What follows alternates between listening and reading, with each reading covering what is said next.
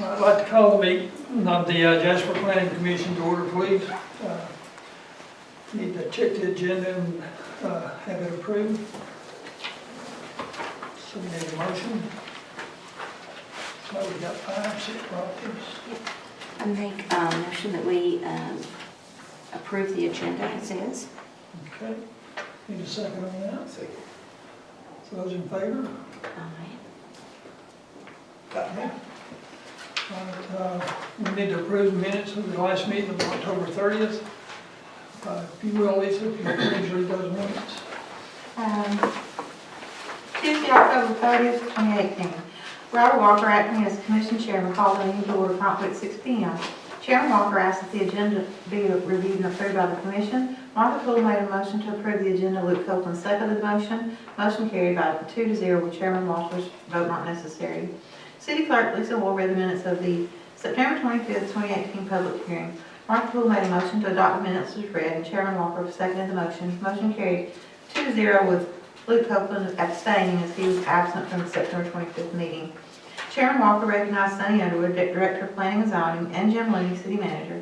Mr. Looney stated that the purpose of this meeting was to correct previous meetings held on August 20th and September 25th, whereby the Commission had approved for 2 planned unit developments under zoning C2.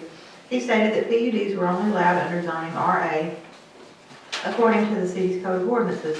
He stated that the Commission needed to vote to first recommend the zoning change prior to recommending the city allow the PUDs. Mr. Underwood presented to the Commission a request from J.R. McLaughlin, the applicant, to request a zoning change on parcel 053D 079002 of 79.76 acres owned by Onyx Investment Services, LLC, and Gateway to the Mountains, LLC, from C2 General Commercial to RA Residential Agricultural. Mr. Underwood stated that the request was advertised in the local paper, the county had been notified, a sign was placed on the parcel, and all neighbors within 200 feet or directly across the road of this parcel were sent a notice informing them of the request and of the October 30, 2018 Planning Commission public hearing. Chairman Walker opened up the floor for public comment. Discussion followed. Chairman Walker entertained a motion. Martha Poole made a motion to recommend to the City Council that zoning be changed from C2 to RA for parcel 053D 079002 of 79.76 acres. Luke Copeland seconded the motion. Motion carried 2-0 with Chairman Walker's vote not being necessary. Chairman Walker recognized Sonny Underwood, Director of Planning and Zoning. Mr. Underwood presented to the Commission a request from J.R. McLaughlin, applicant, to request that planned unit development be allowed on parcel 053D 079002 of 79.76 acres owned by Onyx Investment Services, LLC, and Gateway to the Mountains, LLC. Mr. Underwood stated that the request was advertised in the local paper, the county had been notified, a sign was placed from the parcel, and all neighbors within 200 feet or directly across the road of this parcel were sent a notice informing them of the request and of the October 30, 2018 Planning Commission public hearing. At this time, Chairman Walker opened up the meeting for public comment. Discussion followed. Chairman Walker entertained a motion. Martha Poole made a motion to recommend to City Council that parcel 053D 079 002 of 79.76 acres be approved for the PUD with the final plans brought to the City Council for approval. Luke Copeland seconded the motion. Motion carried 2-0 with Chairman Walker's vote not necessary. Chairman Walker recognized Sonny Underwood, Director of Planning and Zoning. Mr. Underwood presented to the Commission a request from Neil Hughes, applicant, to request a zoning change on parcel 042012001 68.22 acres owned by MSMD LLC from C2 General Commercial to RA Residential Agricultural. Mr. Underwood stated that the request was advertised in the local paper, the county had been notified, a sign was placed on the parcel, and all neighbors within 200 feet or directly across the road of this parcel were sent a notice informing them of the request and of the October 30th Planning Commission public hearing. Chairman Walker opened up the floor for public comment. Discussion followed. Chairman Walker entertained a motion.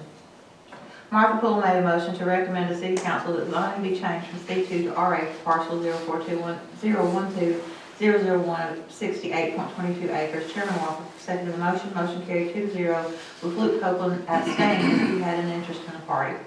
Chairman Walker recognized Sonny Underwood, Director of Planning and Zoning. Mr. Underwood presented to the Commission a request from Neil Hughes, applicant, to request a planned unit development be allowed on parcel 042012001 of 68.22 acres owned by MSMD LLC. Mr. Underwood stated that the request was advertised in the local paper. The county had been notified. A sign was placed on the parcel, and all neighbors within 200 feet or directly across the road of this parcel were sent a notice informing them of the request and of the October 30, 2018 Planning Commission public hearing. Chairman Walker opened up the meeting for public comment. Discussion followed. Chairman Walker entertained a motion. Martha Poole made a motion to recommend to City Council that parcel 042012001 of 68.22 acres be approved for the PUD with a final plan brought to the City Council for approval. Chairman Walker seconded the motion. Motion carried 2-0. Luke Copeland abstained as he had an interest in the property.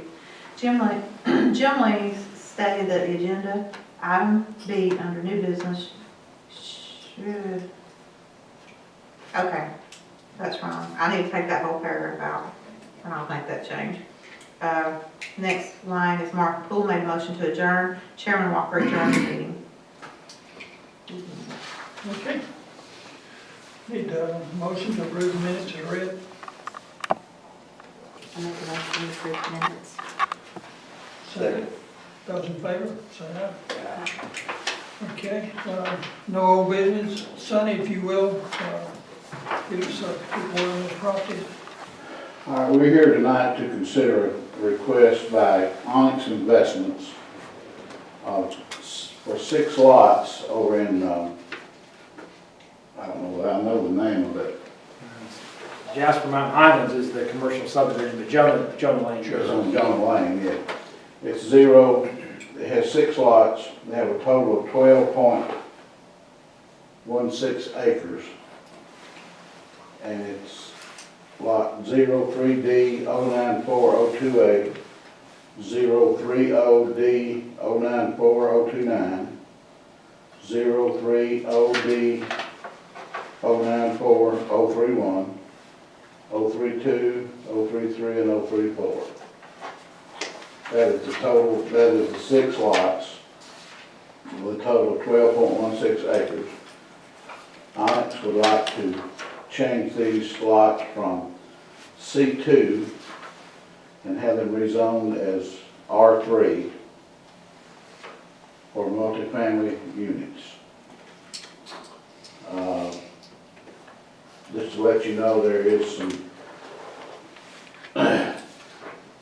JR with Onyx. It has some highline wires through this that affect some of the lots because you can't build under highline wire. There's also a gas line that follows the highline wires up toward LJ, I think. And those will have to be considered in anything that they do over there because you can't build under the high lines, and I'm sure you can't build on the gas line. And all the advertising has been done. The letters have been sent out to the people that own property within 200 feet of these 6 lots. And there was nobody called about anything. We haven't had any interest in the things that we've done. Where's this property at? If you go down, you turn at the bank on Noah Drive, turn right, and go around there to the therapy center and turn right on Jonah Lane, and it goes up there and it comes out. Connects into Old Philadelphia. Yeah, it comes out on Old Philadelphia Road if you drive up that Jonah Lane all the way through it. Close to where they built that new medical building out through there? And No, Like a little strip. there's a little office warehouse. Yeah. It's right on that same street, yeah. Okay.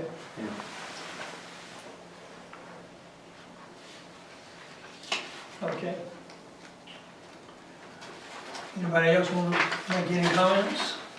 JR, I can give you the elevator pitch. go ahead. That's it.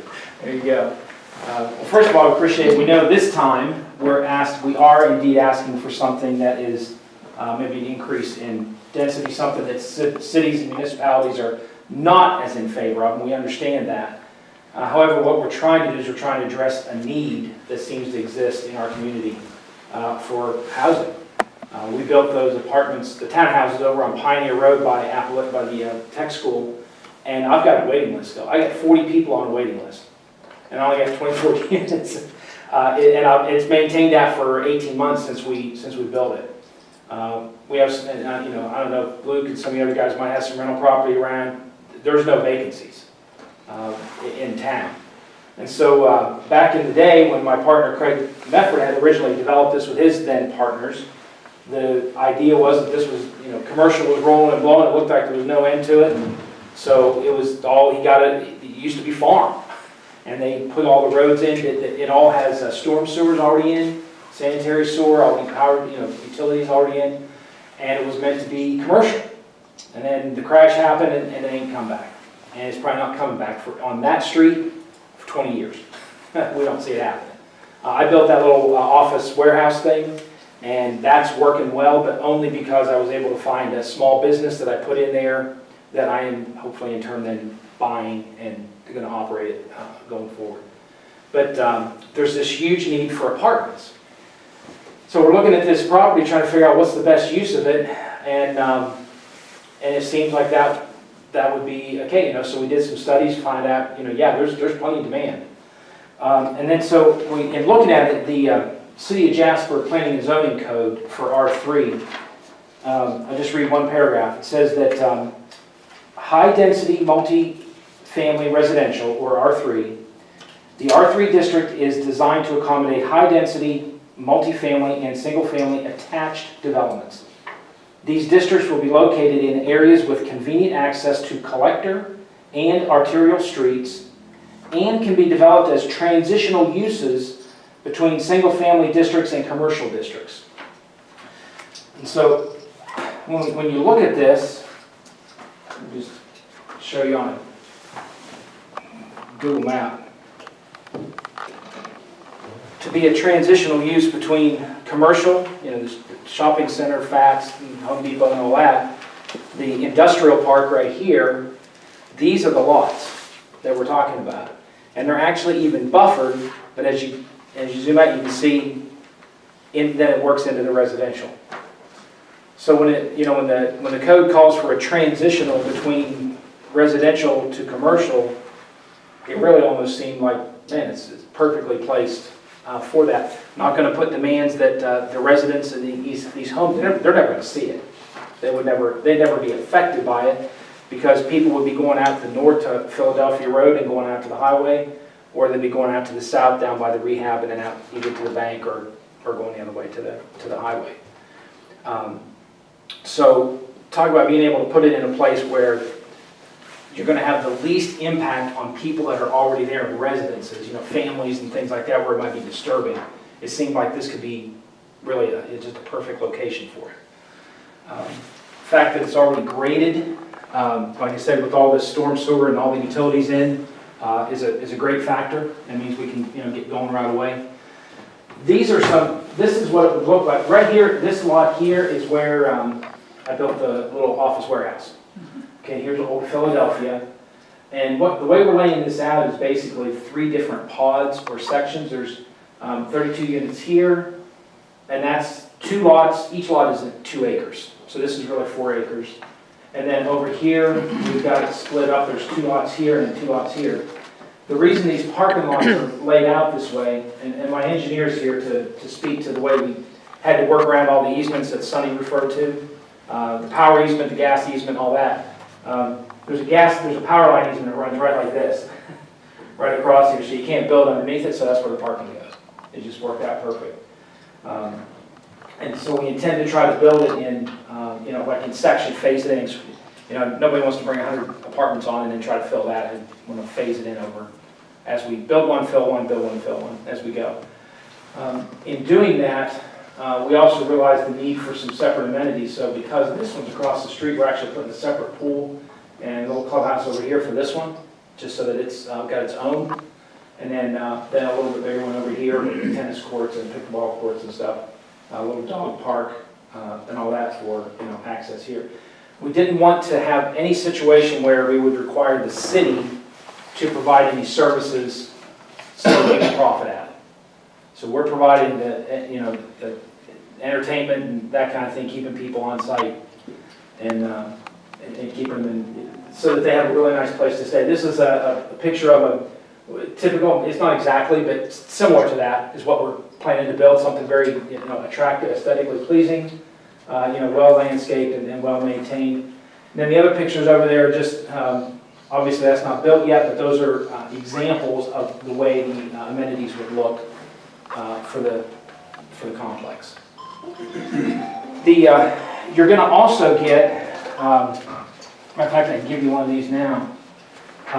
This was a report on the economic impact of building and in communities.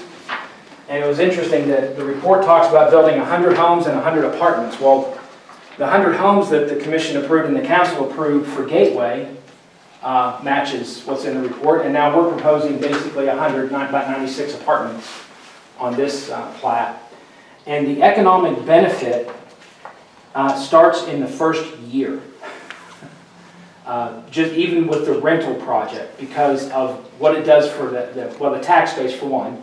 Otherwise, we just got vacant lots sitting there. And as it's improved, every unit's going to be $110,000 or so to build. So it's a $10 million project basically. Versus having some empty lots sitting there. In total units. 96. And who owns the lots adjacent to that? Do y'all still own those lots? Let's see, you mean like down here? Yeah. No, we don't own, the city owns those. Okay. City owns those. Here's where y'all look, this will show you, this is a visual view, and the check mark lots there. And this is Confederate Avenue, that business park. And this round pig's little over right there, that just has sold.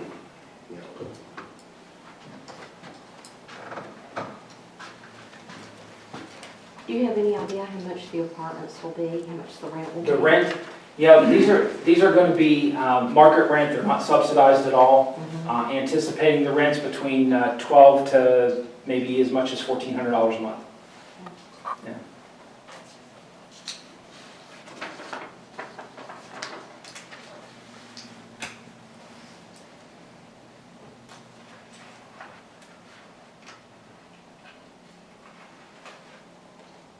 And do y'all still own the lots on the other side of that complex you just built? Yes. Y'all still own the lots? Yeah. That on down through there? We own, let's see, down to about the bottom of the hill. Okay. Yeah, there's almost a five acre tract there. It's really cut up with all kinds of easements and power lines. Really difficult to do anything with that. It's probably going to be vacant for a long, long time. May only be good for outdoor parking or storage or something like that, because it's just really cut up with a lot of power lines on it. So y'all really don't have no plans for it? no, I can't. Like I said, the only plan I can see for doing something is there, being able to park stuff there for storage. I mean, it's just so. This might look funny. I thought, commercial buildings go up right beside it. Yeah. We don't have any other plan. The closest commercial thing is, like I said, the little office warehouse that I built right here, and and that's it.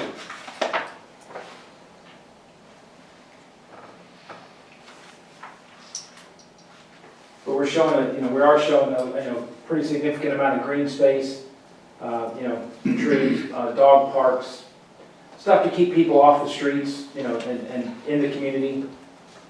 And certainly, I know there's been a lot of talk. I guess one of the dangers is trying to compare apartments to.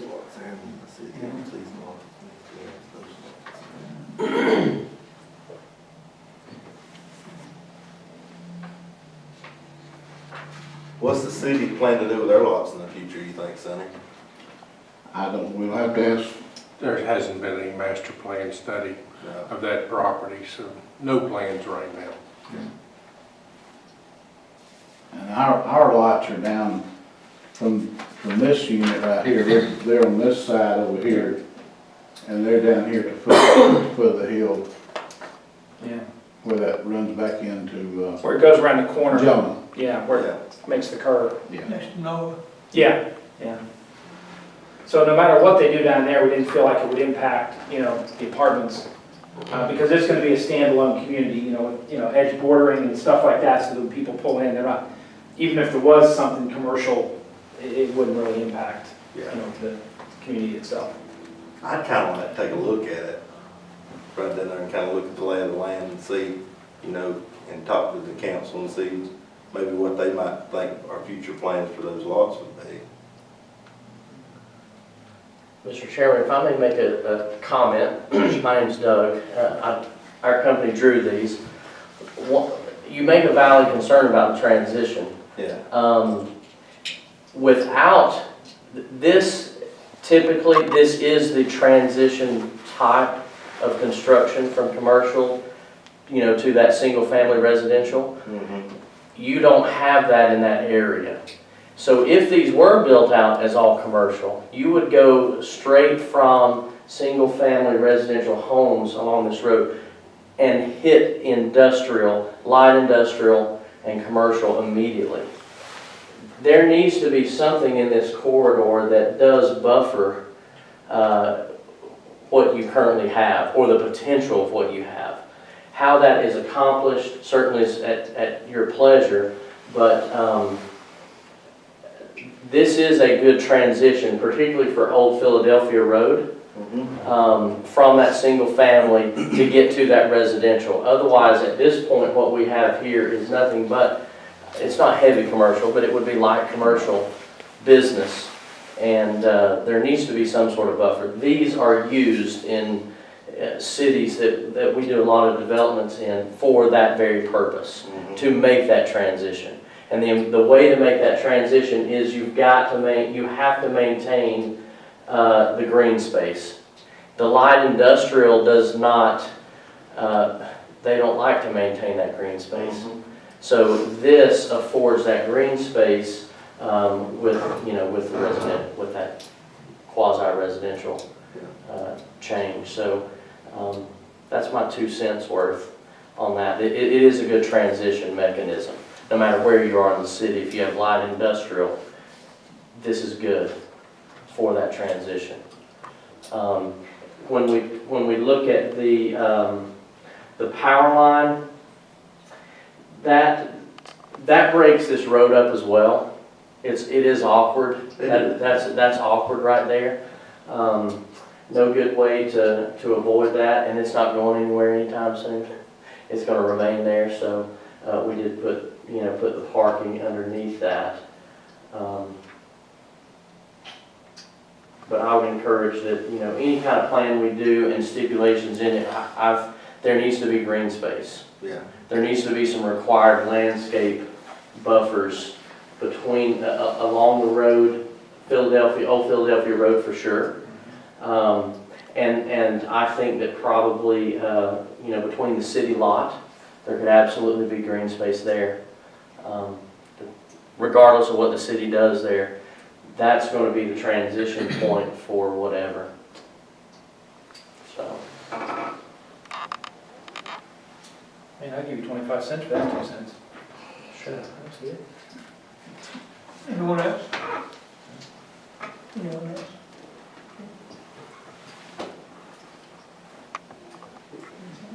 I'd like to take a further look at it, so.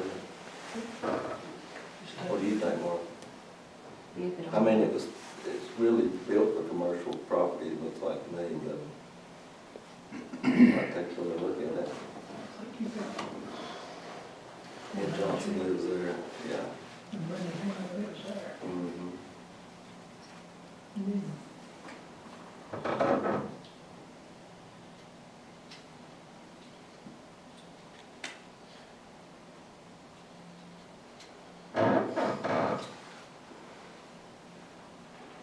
you need a motion to postpone it till next month, Yeah, I think so. or later on? Yeah. Okay. I'll make the motion to take a further look into it, I guess postpone it till next month. Need a second? A second motion. Those in favor? Will be postponed until at a later time, either next month or whenever you can reschedule the meeting. Okay. We don't have monthly meetings, don't have scheduled meetings. Why don't you discuss among yourselves how long you think that would take, and I think a couple of weeks would be plenty. 2 weeks? Yeah. 2 weeks until Tuesday or something. But that's probably about If we're going to Thanksgiving, do it. yes. I was gonna say, Yeah, we do have a Maybe holiday. somewhere around the 1st of December, Okay. first week in December or something. We were hoping to try to get on the council for the December meeting, but that means we have to try to get it in November. if What we is could. today? That's December the 3rd, I think. Yeah. Yeah, Do it the last week of November then. Hmm. Do it the last week of November. I mean, a week's enough for me. What about y'all? Yes, ma'am. Y'all want to do it next week about the same time, 14th? That work? I've got to find out if we have to post it in the newspaper, we have to put it in 15 days before the meeting. Any public meeting requires that They give you publication. 15 days. Beg your pardon? Any public meeting will require that. Yeah. public- You know, I It's a have, special call. and that's based on when the newspaper comes out. Yeah. So we couldn't get it in this week. The earliest it could go into the paper would be next Thursday. So it's 15 days from that next Thursday. You want to meet back on Monday, the 12th?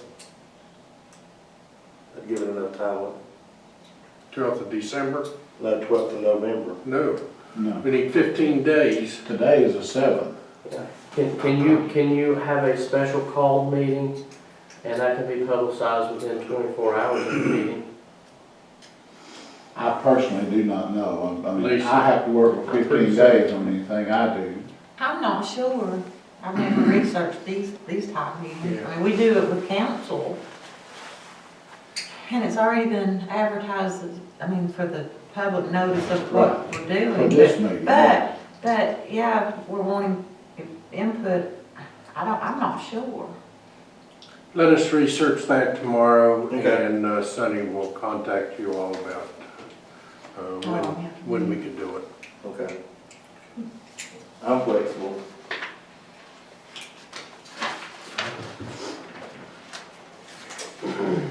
Need a motion to adjourn.